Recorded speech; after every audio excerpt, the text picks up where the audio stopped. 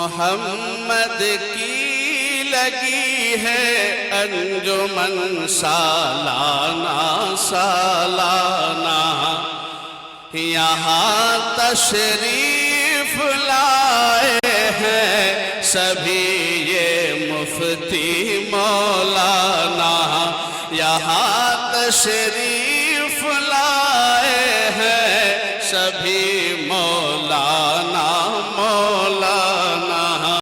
آئیے حضرات، اب بلا تاخیر و تمہید کے میں عظیم شخصیت جناب حضرت مولانا سرفراز صاحب دامت برکاتہم العالیہ سے مؤدبانہ درخواست کرتا ہوں کہ حضرت والا آئے اور اپنے مواعظ حسنات سے ہم سامعین کو مستفید فرمائیں۔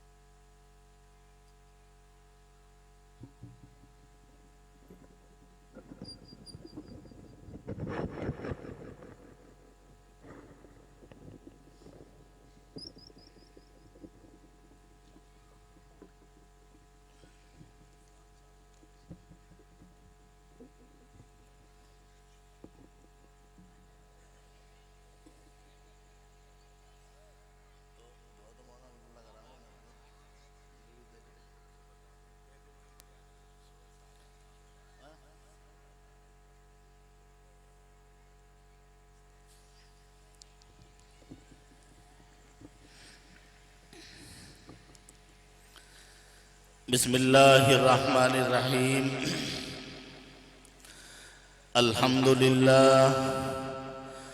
الحمدللہ نحمده ونستعینه ونستغفره ونؤمن به ونتوکل علیہ ونعوذ باللہ من شرور انفسنا ومن سیئات اعمالنا، من يهده الله فلا مضل له ومن يضلله فلا هادي له، ونشهد أن لا إله إلا الله وحده لا شريك له، ونشهد أن سيدنا ونبينا وشفيعنا وحبيبنا ومولانا محمد وعلى آله وأصحابه وأزواجه وذرياته وسلم تسليما كثيرا كثيرا، أما بعد، أعوذ بالله من الشيطان الرجيم، بسم الله الرحمن الرحيم، قال الله تعالى في كلامه المجيد: وَلِمَنْ خَافَ مَقَامَ رَبِّهِ جَنَّتَانِ، صدق اللہ العظیم۔ محترم بزرگوں اور دوستو، یہ جلسہ ماشاءاللہ 1 سال کے بعد ہو رہا ہے، اور ہمارے قاری محمد شوقین صاحب جو مدرسے کے منتظم بھی ہیں، محتمم ہیں، اس کے بانی ہیں، ان کی محنت تقریباً 1 مہینے سے زائد ہو گئے چلتے ہوئے۔ 1 مہینہ مسلسل محنت میں لگے ہوئے ہیں جلسہ کامیاب ہو جائے، اور تقریباً 12واں یا 13واں جلسہ مجھے یاد پڑتا ہے، 14واں ہوگا۔ کوئی جلسہ ایسا نہیں جس میں میری حاضری نہیں ہوئی۔ وہ بات الگ ہے کہ کسی میں وقت چاہے 3 ہی منٹ کا ایسا بھی ایک جلسہ آیا ہے جس میں مجھے 3 منٹ کا وقت ملا، لیکن میں نے سوچ کر کے 3 منٹ کو غنیمت سمجھا کہ اگر وقت کم ہو نماز ادا کرنی ہو تو سورہ بقرہ پڑھنے کی ضرورت نہیں، بلکہ سورہ کوثر پڑھ کر کے بھی نماز کو ادا کر لیا جائے گا۔ مگر اب کے جلسے کی کمزوری سمجھ میں نہیں آ رہی ہے۔ اتنا کمزور جلسہ شبدل پور میں نے نہیں دیکھا آج تک۔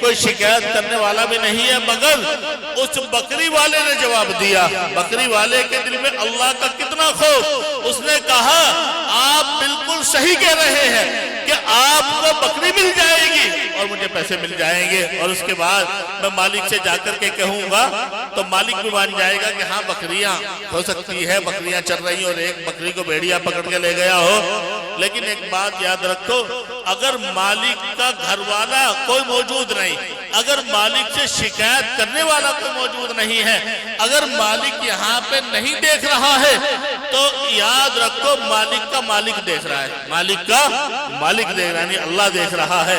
تو میرے بھائیو اللہ کا خوف، یعنی موقع تو ملا، موقع تو ملا، مگر اللہ کا خوف دل میں آیا، اور اللہ کے خوف کی وجہ سے بکری والے نے جواب دیا کہ مالک کا مالک دیکھ رہا ہے۔ تو حضرت عمر رضی اللہ تعالیٰ نے کہا میں تجھ سے بکری لینا نہیں چاہتا، بلکہ میں تو تیرا امتحان لینا چاہتا تھا، میں تجھے آزمانا چاہتا تھا۔ یاد رکھو جب تک تم جیسے اللہ کا خوف رکھنے والے اس دنیا کے اندر موجود ہو، اس روئے زمین کے اوپر موجود ہو، جب تک کوئی ظالم حاکم مسلط نہیں ہو سکتا ہے۔ تو میرے بھائیو جب اللہ کا خوف دل سے نکل جائے، جب اللہ کا خوف، آج ہم 5 وقت کی نماز پڑھ لیتے ہیں اور سوچتے ہم تو دیندار ہیں، اللہ کا خوف زیادہ نہیں رہتا، ہم تو جنتی ہیں، ہم تو اللہ کا نیک بندے ہیں۔ حضرت عبداللہ ابن مبارک میرے بھائیو اللہ کے ایسے برگزیدہ بندے ہیں کہ ایک ایک وقت میں آپ نے 40-40 ہزار طلباء کو حدیثیں پڑھائی، 40-40 ہزار طلباء آپ سے حدیثیں پڑھتے تھے، مگر جب آپ کا وقت آیا، آپ کا انتقال کا وقت آیا، دنیا سے رخصت ہونے کا وقت آیا، تو حضرت عبداللہ ابن مبارک نے اپنے شاگردوں سے کہا مجھے نیچے ڈال دو، چارپائی سے نیچے ڈال دو۔ میرے بھائیو ایک ایسا اللہ کا بندہ جو 40-40 ہزار بچوں کو حدیثیں پڑھانے والا ہو، وہ چارپائی سے نیچے ڈال دیا گیا، اور نہ چارپائی سے نیچے کوئی کپڑا بچھا ہوا ہے، نہ کوئی گدا بچھا ہوا ہے، نہ قالین بچھی ہوئی ہے، بلکہ نیچے زمین پہ پڑے ہوئے ہیں،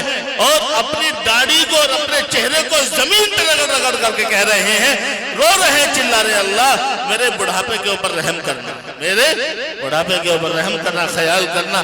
تو میرے بھائیو اللہ رب العزت کا خوف دل میں ہے، اگر اللہ کا خوف ہمارے دل میں نکل جائے، دیکھو رمضان المبارک کا مہینہ آتا ہے، رمضان المبارک کے مہینے میں روزہ لگتا ہے، بہت زیادہ روزہ لگتا ہے، پیاس لگتی ہے، اور آج بھی بعض مرتبہ غسل خانے میں جا کر کے کئی بالٹیوں پانی سے نہا لیتا ہے، مگر ایک گھونٹ بھی پانی نہیں پیتا۔ اگر وہ چاہے تو پی سکتا ہے، ایک لوٹا بھر کے بھی پی لے تو غسل خانے میں کوئی پکڑنے والا نہیں ہے، کوئی دیکھنے والا نہیں ہے، کوئی شکایت کرنے والا نہیں ہے، مگر پیاس کی شدت کے باوجود اور بہت زیادہ روزہ لگنے کی وجہ سے بار بار پانی ڈال رہا ہے، مگر ایک گھونٹ پانی نہیں پیتا۔ کس وجہ سے؟ اس وجہ سے نہیں پیتا کہ جس کے لیے میں نے روزہ رکھا مجھے دیکھ رہا ہے۔ تو ہر وقت یہ دل میں یاد رکھو میرے بھائیو، ہر وقت دل میں اگر یہ خیال رہے گا کہ میرے اللہ دیکھ رہا ہے، تو اللہ کا خوف دل میں ہونے کی وجہ سے انشاءاللہ بڑے بڑے گناہوں سے انسان بچتا رہے گا۔ اور جب اللہ کا خوف دل میں سے نکل جائے گا، جیسے ایک شخص کیکر کاٹ لایا کسی کی، ایک شخص کیکر کا پیڑ ہوتا ہے، کیکر کا پیڑ کاٹ کر کے لے آیا، راستے میں ایک صاحب ملے، کہنے لگے کہاں سے لایا ہے؟ کہا کہ کیکر کا پیڑ تیرے کھیت میں تیرے جنگل میں تو نہیں تھا، تو کہاں سے لایا؟ کہ بس کاٹ لایا۔ کہ چوری کر کے لایا ہوں؟ کہ ہاں کوئی بات نہیں، کیا ہو گیا؟ کہا کہ مجھے کسی نے کچھ نہیں کہا، نہ دیکھا، میں نے اس کو کاٹا، نہ کوئی دیکھنے والا تھا، نہ مجھے روکنے والا تھا، کوئی کچھ کہنے والا نہیں تھا، کہ اللہ تو دیکھ رہا تھا، کہ اللہ نے بھی کچھ نہیں کہا۔ کیا کہہ رہا ہے؟ اللہ نے بھی کچھ نہیں کہا۔ کہ اچھا اللہ کل قیامت میں تجھے پکڑے گا۔ یاد رکھو اگر اللہ نے تجھے اب کچھ نہیں کہا ہے اور اللہ نے تیرے اوپر رحم کیا، تجھے ڈھیل دے دی، تیری سرکشی میں، تیری گناہوں میں تجھے ڈھیل دے دی، تو یاد رکھ ایسا نہیں ہے کہ اللہ نے تجھے معاف کر دیا۔ کل قیامت میں جب نفسی نفسی کا عالم ہوگا، اولین و آخرین جمع ہوں گے، تو اللہ اس وقت میں تجھے پکڑے گا۔ تو اب اس نے تسلی کیا دے رکھی اپنے آپ کو؟ اس نے کہا جی ایک بات تو بتاؤ، جب اولین و آخرین جمع ہوں گے، آدم علیہ السلام سے قیامت تک کی صبح تک آنے والے بچے بڑے تمام کے تمام لوگ وہاں پہ موجود ہوں گے، اتنا بڑا مجمع ہوگا۔ اس نے کہا کہ بڑے بڑے گنہگار ہوں گے، بڑے بڑے بدماش ہوں گے، چور ہوں گے، وہاں کہاں اللہ میاں کہے گا فرشتوں سے کہ بھائی کیکر والے کو پکڑ کر آؤ، چھوٹی سی چوری ہے تو مجھے کہاں ڈھونڈا جائے گا، کہاں تلاش کرتے پھریں گے بھائی کیکر کاٹنے والا کون ہے؟ اب ظاہر سی بات ہے جب اس کے دل میں خیال آ گیا تو اب اللہ کا خوف تو دل میں نہیں ہے، اور جب اللہ کا خوف دل سے اس کے نکل جائے گا، آج اس نے کیکر کاٹی ہے کل کو بڑا پیٹ کاٹ کر کے لائے گا، اسی طریقے سے چور بن جائے گا۔ تو میرے بھائیو اللہ کا خوف ہر وقت دل میں رکھو تو انشاءاللہ آپ بڑے بڑے گناہوں سے بچ جائیں گے انشاءاللہ۔ اب ظاہر سی بات ہے کہ اگر چھوٹی چھوٹی بات دیکھو، اگر چنگاری، اگر کہیں چھوٹی سی چنگاری ہو اور آپ یہ سوچ کر کے چھوڑ دیں چھوٹی سی چنگاری ہے کیا ہوگی، تو اس سے بڑی آگ لگ جائے گی۔ اور اگر آپ نے یہ سوچ لیا کہ اس چنگاری ہی کو ابھی اس کو ختم کر دیا جائے، اس کو ابھی اس آگ کو مٹا دیا جائے، اس کو بجھا دیا جائے، تو انشاءاللہ آگ لگنے والی نہیں ہے۔ تو اس لیے کسی بھی بری کام کو، بری بات کو، بری چیز کو اگر چھوٹا سا سمجھ لیا جائے اور اپنے آپ کو مطمئن کر لیا جائے، اپنے آپ کو بے فکر کر لیا جائے، تو یاد رکھو میرے بھائیو آئندہ چل کر کے یہی بہت بڑا نقصان کا سبب بن جائے گا۔ تو بہرحال اللہ رب العزت کا خوف سب کے دلوں میں، اللہ نے ہمیں موقع دیا، اللہ رب العزت نے آج ہمیں موقع دیا، ہم یہاں پہ بیٹھے ہوئے ہیں اس جلسے کے میدان میں، اور ماشاءاللہ اس مدرسے کے میدان میں جس کے قاری محمد شوقین صاحب نے جنگل میں منگل کر دیا ہے۔ آپ حضرات نے سنا ہوگا جنگل میں منگل، یہ بات تو مشہور ہے، مگر یہاں دیکھ لو جنگل میں منگل انشاءاللہ آپ کو ہوتا ہوا نظر آ جائے گا۔ اس شخص کی محنت ہے اور زیادہ لمبی چوڑی محنت نہیں، 10-15 سال کی محنت ہے، اور ماشاءاللہ بستی والوں نے، بستی ذمہ داروں نے ان کا ساتھ دیا، تن من دھن کی بازی لگائی۔ جو لوگ یہاں پہ موجود نہیں اور جو بستی میں نہیں بھی رہتے ہیں، جنہوں نے جا کر کے گجرات کے احمد آباد میں رہائش اختیار کر لی ہے، اور بہت سو نے دہلی میں جا کر کے رہنا شروع کر دیا ہے، اور بہت سو نے بلند شہر میں جا کر کے رہنا شروع کر دیا ہے، انہیں بھی اپنے گاؤں سے محبت ہے، اپنی بستی سے محبت ہے، اپنے مدرسے سے محبت ہے۔ قاری محمد شوقین صاحب کو ماشاءاللہ شانہ بشانہ قدم بقدم ان حضرات نے ساتھ دیا ہے۔ آج یہ مدرسہ ماشاءاللہ کتنا خوبصورت اور کتنا بڑا، کتنے سارے بچے یہاں پہ ماشاءاللہ قرآن کریم کے حافظ اور قرآن کریم کے پڑھنے والے، یہاں پہ بہت سارے بچوں نے قرآن کریم کو ناظرہ پڑھا۔ تو اللہ نے جس مقصد کے لیے پیدا کیا ہے وَمَا خَلَقْتُ الْجِنَّ وَالْإِنسَ إِلَّا لِيَعْبُدُونَ، ہم نے انسان اور جنات کو اپنی عبادت کے لیے پیدا کیا۔ عبادت کیسے ہوگی؟ قرآن کریم کے پڑھنے سے ہوگی۔ قرآن کریم اگر نہ پڑھے اور ساری کی ساری رات کھڑا رہے، آدمی وضو نہیں بلکہ نہا کر کے بھی کھڑا ہو جائے، تو یاد رکھو میرے بھائیو ایک رکعت بھی ہونے والی نہیں ہے۔ اور اگر آپ نے صرف 5 منٹ کے لیے نیت کر لی، وضو کر کے کھڑے ہو گئے اور الحمدللہ رب العالمین پڑھ لی اور اس کے بعد سورت میں لالی، تو انشاءاللہ 5 منٹ میں آپ کی عبادت ہو جائے گی۔ جو آپ نیت لے کر کے آئے ہیں وہ انشاءاللہ پوری ہو جائے گی۔ اب ظاہر سی بات اگر یہ دینی ادارے نہ ہوں، اگر یہ مدرسے نہ ہوں، تو اس میں قرآن کریم کے پڑھانے والے نہ ہوں، قرآن کریم کے پڑھنے والے کہاں سے پڑھیں گے؟ اور اللہ نے جس مقصد کے لیے پیدا کیا ہے وہ مقصد تو بیکار ہو جائے گا۔ اللہ نے اپنی عبادت کے لیے پیدا کیا۔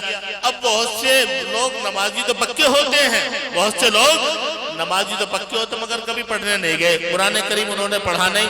اب وہ کیا کرتے ہیں؟ نماز پڑھتے ہیں، سمجھ میں نہیں آتا وہ نماز پڑھتے کیسے ہوں گے، وہ نماز پڑھتے کیسے ہوں گے؟ پکے نمازی ہیں، پکے نمازی ہیں، 5 وقتہ نماز ادا کرتے ہیں، مگر قرآن کریم نہیں پڑھا، کسی مدرسے میں جا کر کے نہیں پڑھا، کسی مسجد کے امام سے کچھ نہیں سیکھا، اپنے بچپن کو یوں ہی گزار دیا، اور جوانی میں بڑھاپے میں ماشاءاللہ پکے نمازی ہے۔ تو میں یہ نہیں سمجھتا کہ کیسے پڑھتے ہوں گے، بس ظاہر سی بات ہے اللہ نے ہمارے اوپر ایک احسان یہ بھی کیا کہ 2 سورتیں چھوٹی چھوٹی نازل فرما دی قرآن کریم میں، قل هو اللہ احد اللہ الصمد لم یلد ولم یولد ولم یکن لہ کفوا احد، یہ سب کو یاد ہو جاتی ہے۔ انا اعطیناک الکوثر فصل لربک وانحر ان شانئک هو الابتر، بڑی آسان ہے، سب کو یاد ہے۔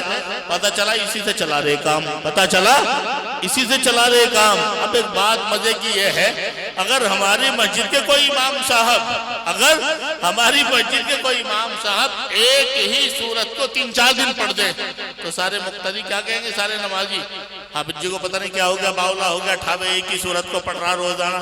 اب معلوم کر دے بھئی اس نے تو 2-3 دن پڑھی ہے، تجھے ساری زندگی ہوگی قل هو اللہ کو پڑھتے پڑھتے، تجھے کیا ہو گیا؟ تجھے نادرہ پڑھتے پڑھتے کبھی خیال آیا ہے ابھی ہم عشاء کی نماز کچھ نے پڑھ لی اور کچھ پڑھیں گے، کچھ حضرات ابھی باقی ہے وہ پڑھیں گے، اعلان ہوا ہے کہ عشاء کی نماز بھی پڑھنی ہے، اور کچھ حضرات فارغ ہو بھی چکے ہیں۔ تو اب عشاء کی نماز میں کتنی رکعت ہے؟ 17 رکعت ہے۔ 17 رکعت میں 4 پڑھا دی امام صاحب نے، کتنی باقی بچ گئی؟ 13 بچ گئی۔ اب 13 میں چلو آپ نے سوچ لیا 4 غیر موقعہ کر کے چھوڑ دی، تو 13 میں 4 چھوڑ دو، کتنی بچی؟ 9 بچ گئی نا، اور 2 یا اور چھوڑ دو، یہ نفل ہیں، کتنی بچ گئی؟ 7 تو پڑھنی پڑے گی کم سے کم 3 وتر، 7 تو پڑھنی پڑیں گی۔ بتلاؤ 7 رکعت پڑھنے کے لیے 7 صورتوں کی ضرورت پڑے گی یا نہیں پڑے گی؟ 7 صورتوں کی ضرورت پڑے گی، اور ہمارے پاس کتنی ہے؟ 2۔ پتہ چلا ہم نے عشاء کی بھی ساری اسی میں پڑھ دی، اور 12 رکعت ظہر کی بھی بس وہ انا اعطینا سے کام چلا لیا، اور عصر کی بھی 4 اسی میں، اور مغرب کی بھی 7 اسی میں، اور فجر کی بھی اسی میں پڑھ لی۔ پتہ چلا ساری زندگی ہو گئی، اس کے نمازی ہونے میں کوئی شک نہیں، اس کی دینداری میں کوئی شک نہیں ہے، کوئی کمی نہیں ہے، مگر بیچارہ کام چلا رہا ہے، انا اعطینا سے اسے پڑھتا رہے روزانہ۔ تو ظاہر سی بات ہے، آپ یہ سوچیں بھئی ہماری تو گزر گئی، کم سے کم آئندہ آنے والی نسلیں،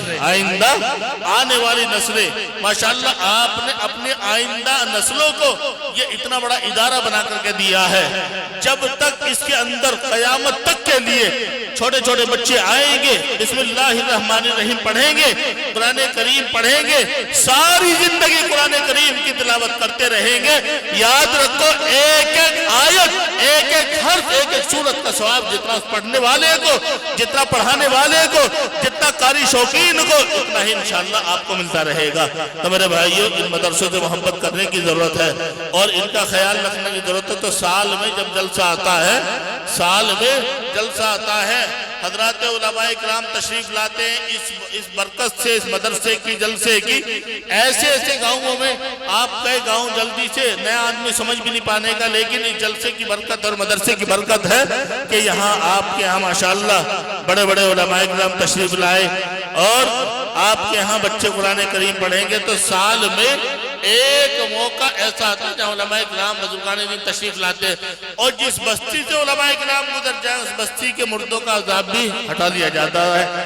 تو اس جلسے کی برکت سے تو ہے، ورنہ کون آ رہا ہے؟ بہرحال تو میرے بھائیو، ایک مقصد تو اللہ نے اس میں رکھا ہے کہ علماء اکرام کی دین کی باتیں اور کام کی باتیں سننے کی، اور ان کی زیارت کا، اچھی باتیں سننے کا موقع ملتا ہے۔ ورنہ کچھ علاقے تو وہ ہیں، کچھ علاقے وہ بھی ہیں، کرناٹک کا ایک علاقہ وہ ہے کہ جس میں ایک علاقے میں ایک قبرستان میں ہمارے مفتی صاحب نے جا کر کے دیکھا کہ قبروں کے اوپر لال جھنڈے اور ہرے جھنڈے ہیں۔ معلوم کیا بھئی ان قبروں کے اوپر لال جھنڈے والے کون ہیں، ہرے جھنڈے والے کون ہیں؟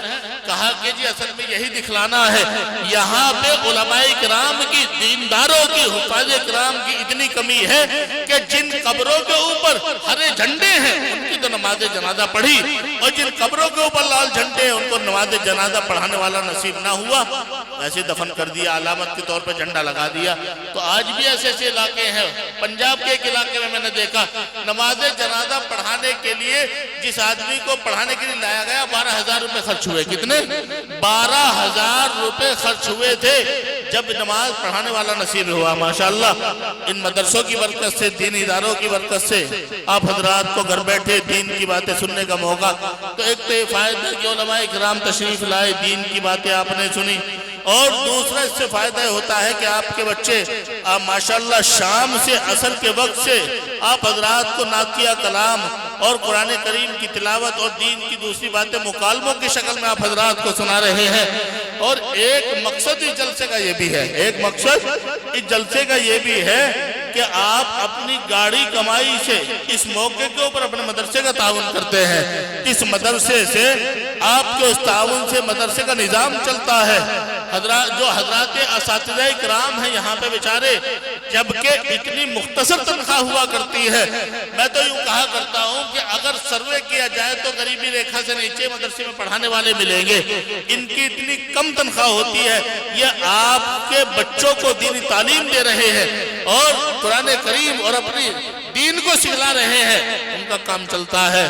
مدرسے میں آپ کے باہر کے بچے ماشاءاللہ بڑی تعداد میں یہاں پہ رہتے ہیں، کھاتے ہیں، سوتے ہیں۔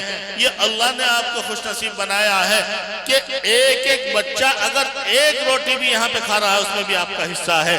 کل قیامت میں جب حافظ قرآن کو اللہ رب العزت کہے گا پڑھتا جاؤ چڑھتا جا, جنت کے درجوں پہ پڑھتا جا, جہاں قرآن کریم پورا ہوگا وہیں تیرا مقام ہوگا میرے بھائیوں.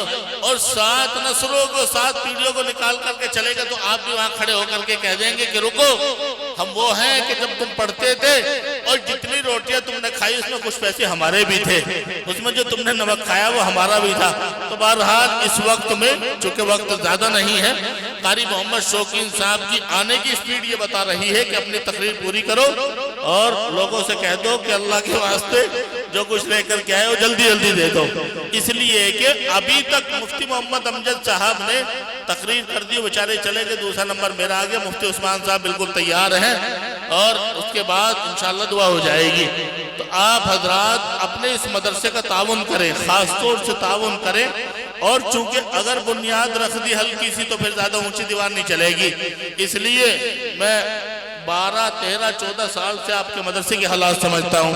آپ حضرات ماشاءاللہ بڑے بڑے چڑھ کے حصہ لیتے ہیں, لیکن اب کی بات یہ ہے کہ تعداد کم ہے, ایسا لگتا ہے کہ شاید سارے مہمان ہیں. بہرحال اب یہ بتلاؤ, زیادہ وقت نہیں ہے کہ مجھے اور لمبی چوڑی بات کی جائے. اس وقت میں سب سے پہلے اس مدرسے کے تعاون کے لیے بتلاؤ 51,000 کے لیے کون تیار ہے؟